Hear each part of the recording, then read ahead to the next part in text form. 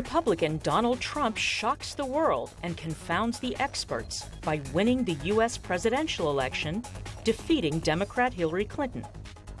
In a special post-election Africa 54, we'll analyze the results and ask what's next. Africa 54 starts right now. Good evening and welcome. I'm Vincent Makori. This is Africa 54.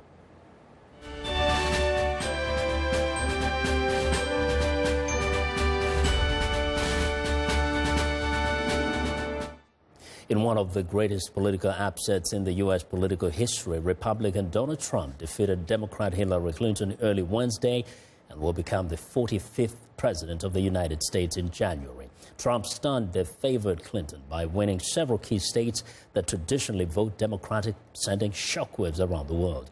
VOA national correspondent Jim Malone has more from Washington. It was a scene few could imagine just a few hours earlier.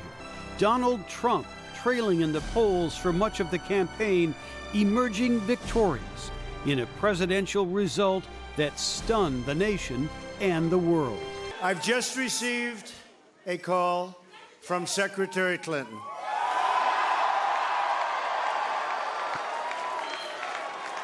She congratulated us, it's about us, on our victory, and I congratulated her and her family on a very, very hard-fought campaign. I mean, she fought very hard.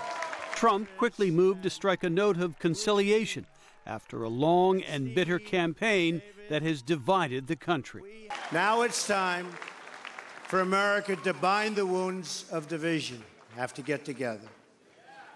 To all Republicans and Democrats and independents across this nation, I say it is time for us to come together as one united people. Trump also had a message for leaders in countries abroad, many of whom no doubt had expected a Clinton victory just a few hours earlier. I want to tell the world community that while we will always put America's interests first, we will deal fairly with everyone, all people and all other nations.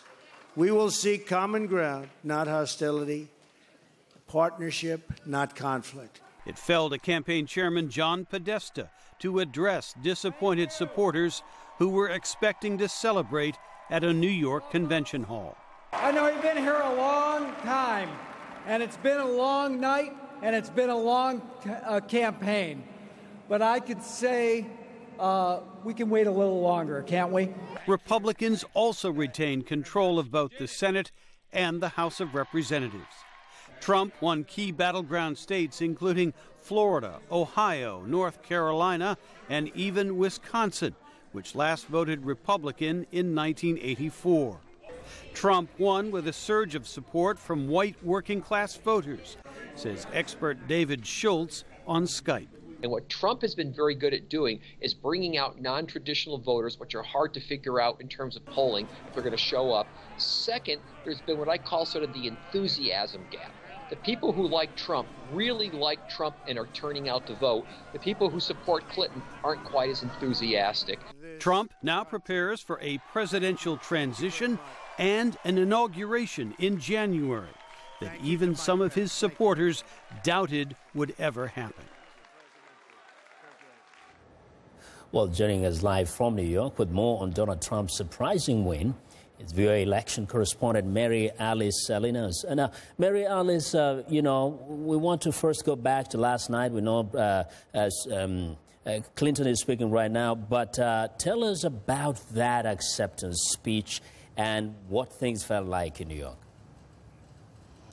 It was, you felt the momentous moment. A lot of the supporters were really reacting very well to this sort of conciliatory tone that Mr. Trump took that night. So there was a lot of welcome reaction there. The jubilation is pretty hard to describe. It just escalated throughout the evening.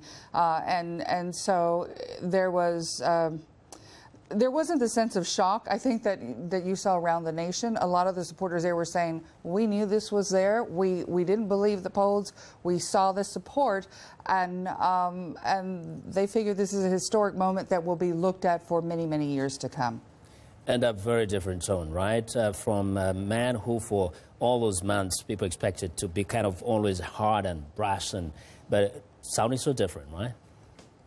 Well, he said that he was going to bring the country together, and that is something that everybody's turning to right now, around the world as well as in this country. So already, President Obama this morning gave him a call, offered his congratulations. He is expected to come to the White House on Thursday, and this White House has been preparing for the transition the whole time, and the president has said, no matter who it is, we're going to do the best we can to make sure that there's a smooth and peaceful transition of power. So there's a lot to talk about.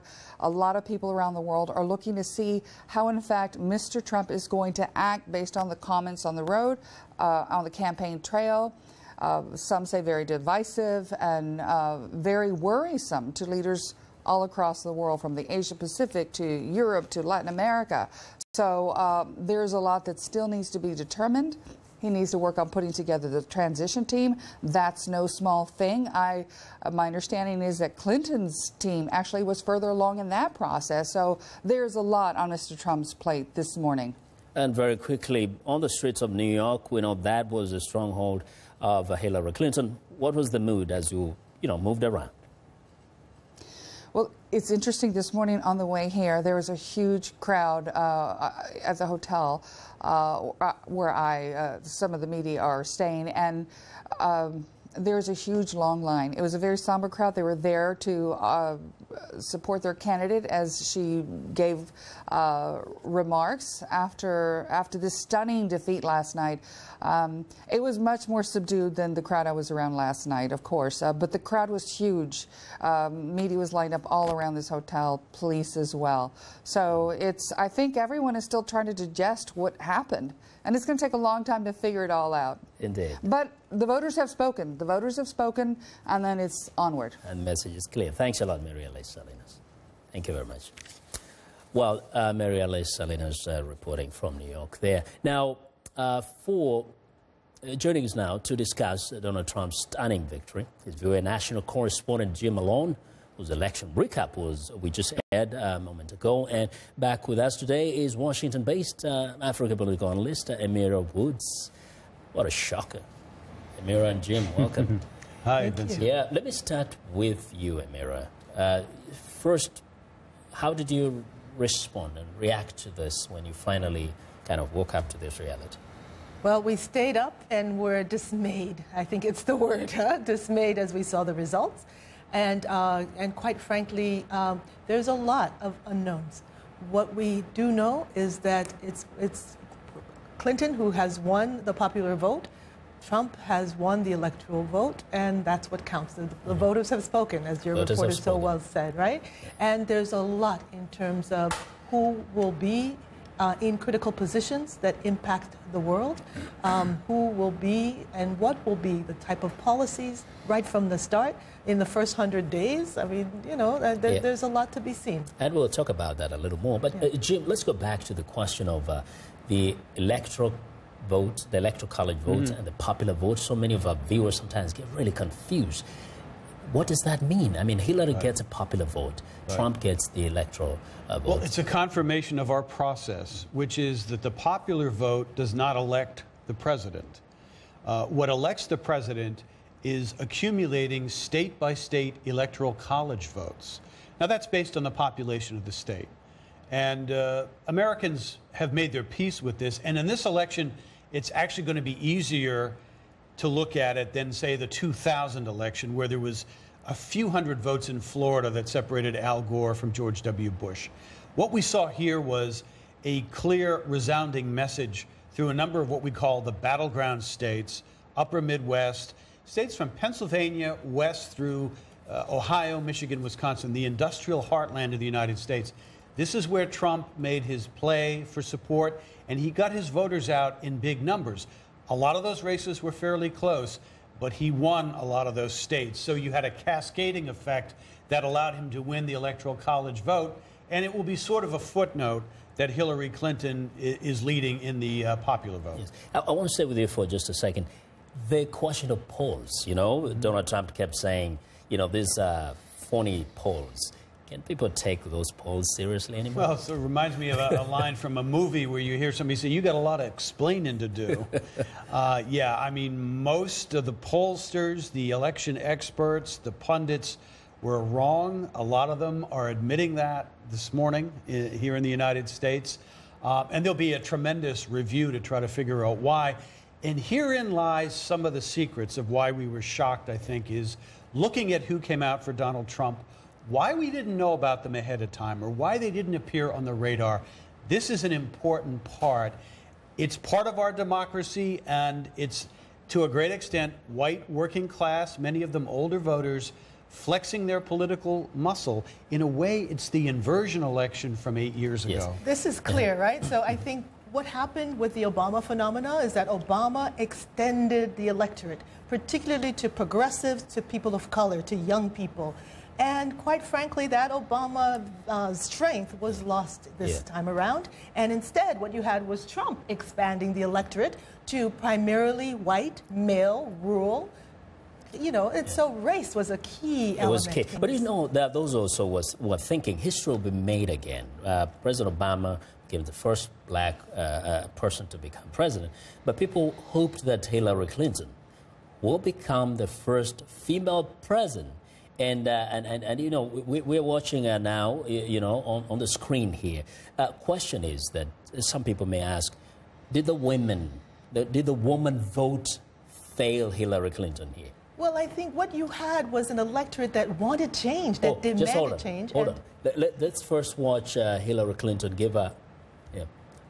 okay, go ahead. I thought that we're getting, you know, some feed from her. But so ultimately, this electorate wanted change. Had it, you know, this was an electorate that was thirsting for a Bernie Sanders, even an Elizabeth Warren. Had it been a candidate that inspired the voters to that degree, having that inspirational message of this is the vision of the future, I think it would have been a different result today, right? But we have to, as we are all saying, look forward, right? Not what led us to this point, but now that we're at this point, what does that mean for people of color in the U.S., for immigrants in the U.S., but also what does it mean for the rest of the world? And to what extent does the world now have to dig deep to find hope and to strategize around issues like climate change, issues like the global economy and what it means for people's daily lives? I mean, this is ultimately our task for today.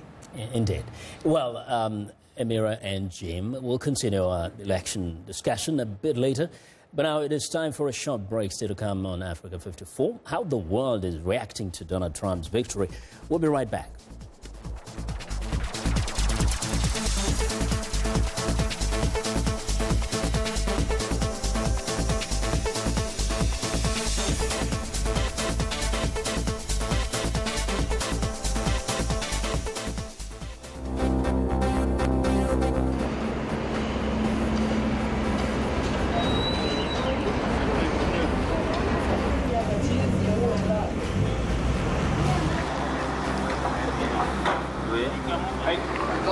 With the glove, very carefully.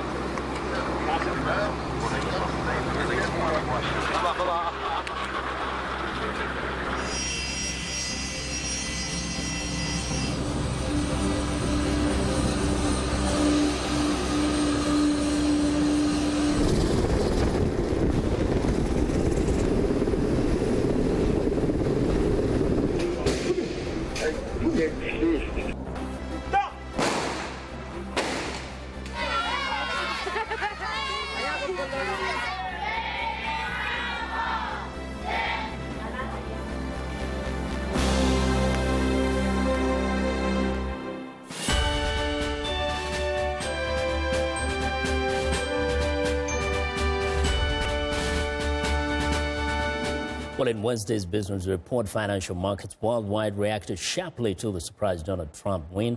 Joining us from New York with the potential winners and losers and the Trump presidency's Africa 54's Jill Malandrino. Welcome, Jill. Good morning. So there are a handful of sectors that are projected to outperform. One of the most obvious is healthcare, as we saw in early trade. Trump has stated his desire to repeal the ACA, or what's known as Obamacare, and reimportation from other countries, but controlling drug prices is unlikely to be a priority for him.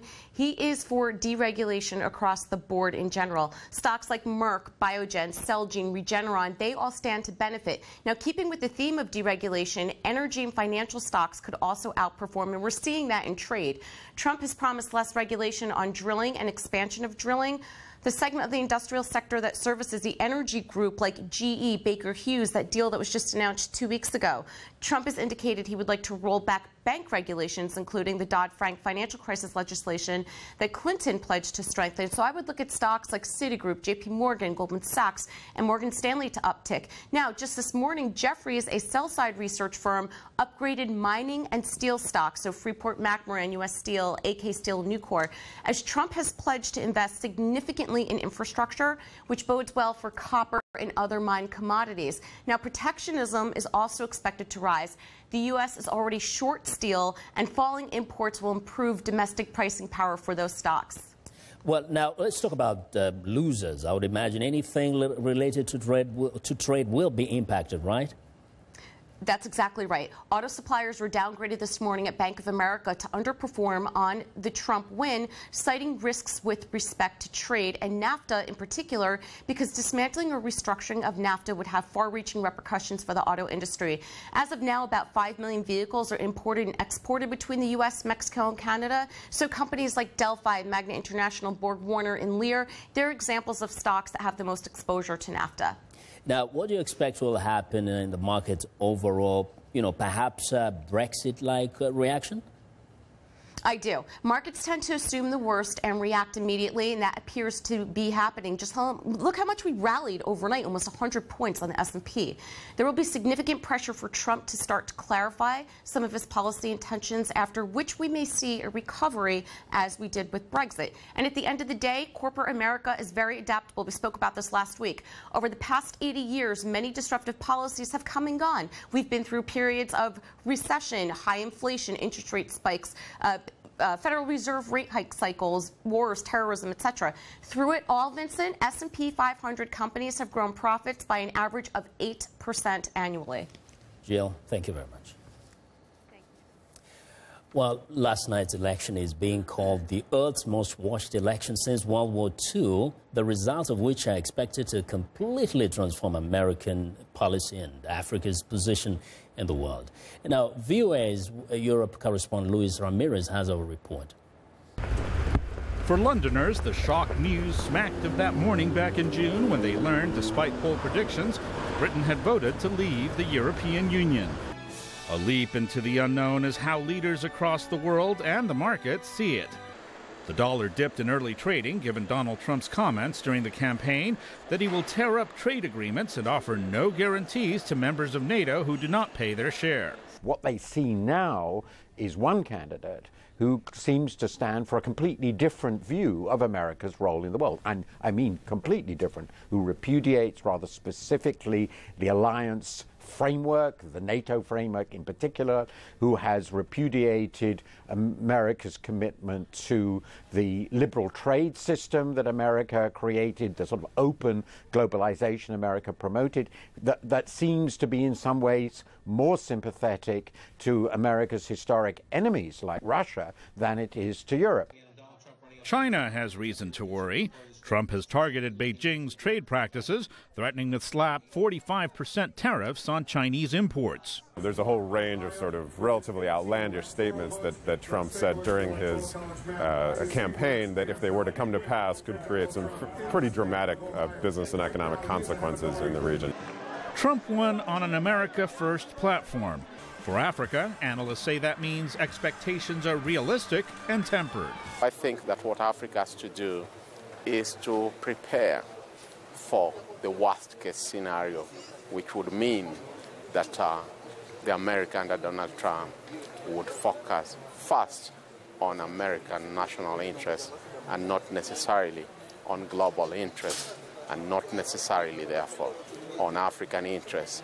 And if there was a time that Africa should start thinking of African solutions to African problems, the time is now.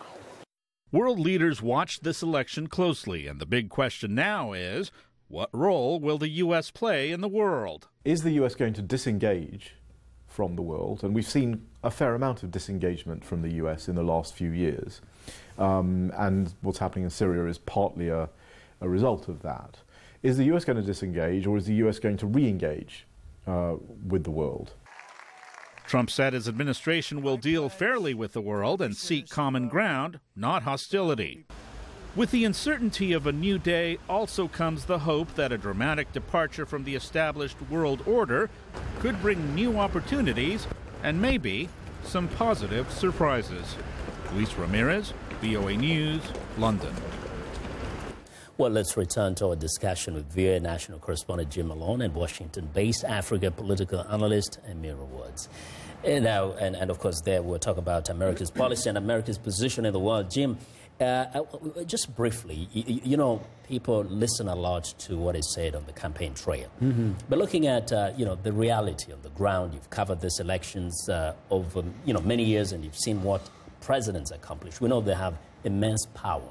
But how much, say, of what President-elect Trump has promised, is he realistically able to shape or influence the change in the short term? And how much of it may be a little more difficult over the long term? Well, of course, we don't know. I mean, what we do know is when presidents come in, many of them believe they have a mandate to act.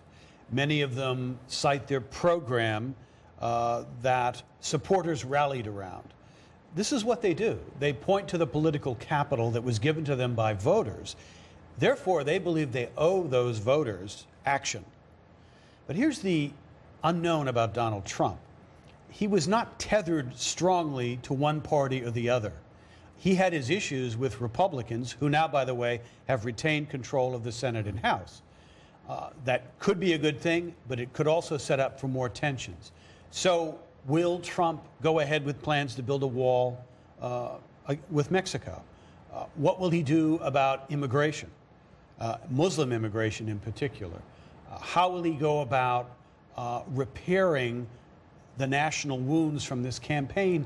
Can he even do that, given his propensity for divisive rhetoric? Mm-hmm. A lot of questions here, but when they come in, presidents generally want to act to show those loyal supporters, and they came out of the woodwork for him in all these states, that he's going to do their bidding. Yeah. But now, Amira, listening to part of his speech, actually, if you listen to all of it, there's that tone, a changed tone, a kind of a reconciliation, and he's talking about bringing everybody together for immigrants and for all those other groups who felt threatened if President Trump becomes president. Do you think that kind of tone helps people calm down and perhaps look to the future rather differently without so much fear and worry? I don't think the issue is calming down. I think the issue is organizing. And I think what you will see is that on the left, particularly black and brown young people, they were outside in large numbers outside the White House even before the President-elect Trump made his acceptance speech, right? So I believe that the organizing in the streets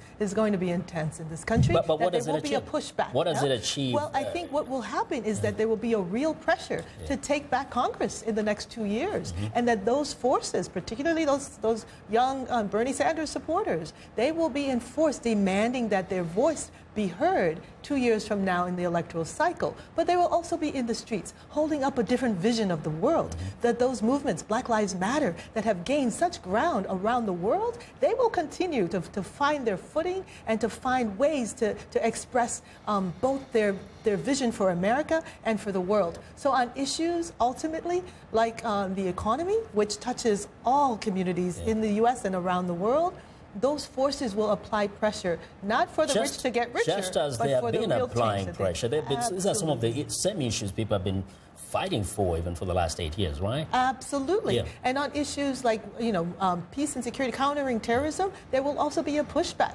because I think fundamentally the U.S. is tired of war. So if you have now a return of, and some say it may be like Newt Gingrich, who is the Secretary of State, and a real return to some of the forces that were the hawks, right, from the U.S., I think there will be a pushback against that, both in terms of the costs in treasure and also the costs in lives in the future. Yes. Now, Jim, I mean, Trump gets elected, and it comes in with the benefit, of course, the House. He has the Senate. He has everything.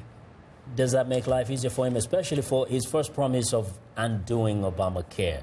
And it should make it more doable in a sense. But Democrats have enough seats in the Senate that they can make life difficult for the president to come in because they can block things. We knew, based on the outcome of the election, about half the country was going to be unhappy. Yeah. Most people following the polls thought it was going to be the Trump followers. This is an unexpected shock to the Democratic Party. I think there's going to be a lot of self-reflection in the Democratic Party now.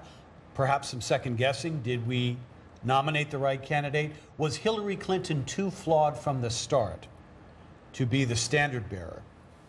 So there's going to be a lot of discussion on that going forward in the party. How about the Republican Party? Some just literally kept away from him. Some very openly said they have nothing to do with him. What happens to that party? It's kind of a mystery to me, too. It's going to be a work in progress. You just saw Paul Ryan today commending Trump for winning, but they've had their issues. Ryan may not be even able to return as House Speaker since the conservative bloc there has grown in strength and may want to change him out for someone else. So the whole political calculation in this country, and the world knows this, has been thrown off. But it's not just the U.S. We have to really recognize that there is this push from the right. It's, it's places like the Brexit where you see the push from the right. It's Brazil, it's Denmark. It's really, recent elections have shown the strength of the right. But I believe that there will be a pushback from the left, and that you will have this counterbalancing of forces that will shift political discourse and will also shift the destinies of particularly the young generation that is demanding real change. For those in Africa, you think it's time to heed that counsel from that gentleman we saw, Hollande, saying it's time for Africa to focus on getting their own solutions rather than waiting for who becomes the U.S. president and how that will benefit our country? Without a doubt. When it comes to Africa, honestly, whether Republican or Democrats, Africa has been on the wrong end of the picture. If it comes in terms of trade, Africa has seen unequal trade.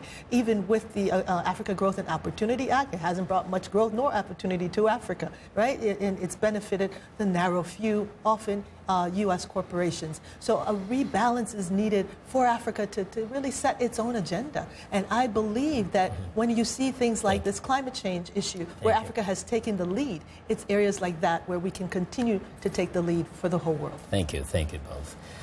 Well, Amira and Jim, we do appreciate your insights. Our thanks to VOA National Correspondent Jim Malone and Washington-based Africa political analyst Amira Woods for joining us today on Africa 54. Well, that's our show for today, and I'll be sure to watch Africa 54 on our website at voaafrica.com. For more news, tune in to VOA's evening radio show, Africa News Tonight, at 1800 UTC, and in the mornings to Daybreak Africa between 0300 and 0600 UTC. That's Monday through Friday. Thanks for watching, and from all of us in Washington, have a good night.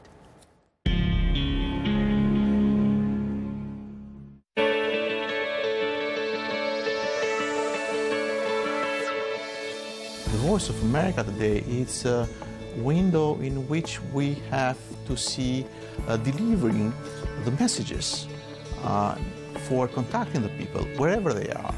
And Albanian people, as people of a small country, need to have such and deserve to have such information from the United States and from all around the world. So it's a bridge.